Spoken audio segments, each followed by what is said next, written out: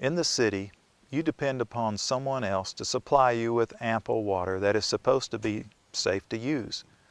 But what if a crisis interrupts this water supply, or what if it isn't safe to drink? How long can you survive without water, friends? Let's look at what you can do to change that situation by setting up a place away from the city where you can be in charge of your own water supply.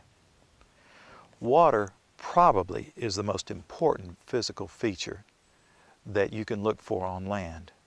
And water could come in various forms on your land. It can come in the form of a well, of a spring head, of a mountain creek. A well and a spring or spring head are usually pure, but I recommend getting it tested anyway. And a mountain creek, I would filter the drinking water and the cooking water.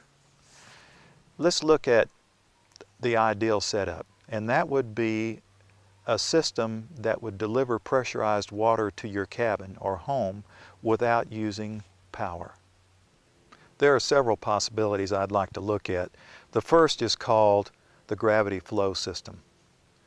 This is where you find an ample supply of water, a minimum of 50 to 60 feet above the building site.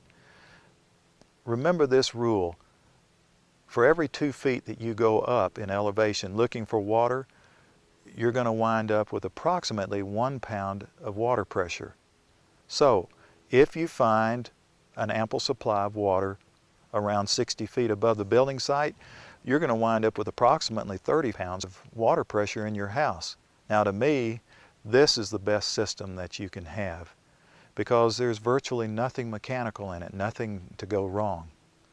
Now remember, on the north side of the slope, it's usually more moist, less sun, but consequently that means a shorter growing season. Now another situation to look at is a creek or a stream at or below the elevation of your building site. Now, it doesn't take any electricity to get water from that situation pressurized into your house. And one of the major ingredients of this is called a ram pump. A ram pump does not use electricity at all. Now we'll go into ram pumps, Lord willing, in our next presentation.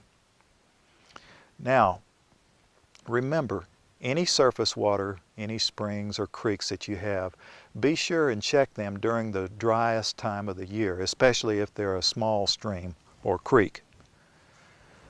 A well. Most people living in the country live on wells, and they're wonderful ways to get water if you don't have surface water. Especially nowadays when they're making efficient pumps that work very well on alternative energy systems. When you're looking at a piece of property and it doesn't have any surface water, a spring or a creek, check with the neighbors to see how deep their wells are. And you can also check with a local well driller. He'll probably have an idea how deep you have to go to get water in that area. And then that can give you an idea of how much a well will cost to be drilled there.